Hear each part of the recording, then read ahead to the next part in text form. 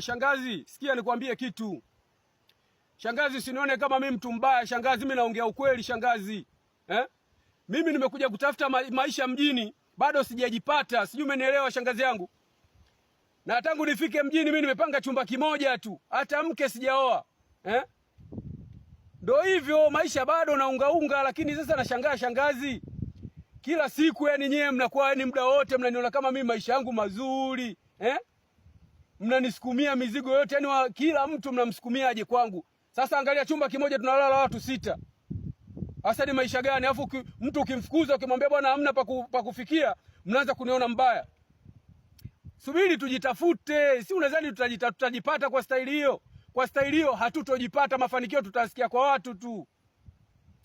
Hata kama kila mtu anakuja na baraka zake, so chumba kimoja tunalala watu 5 6. Hizo pigo mimi sizikubali shangazi bwana. Tulieni kwanza nijitafute, nikijipata fresh mwenye mtajua.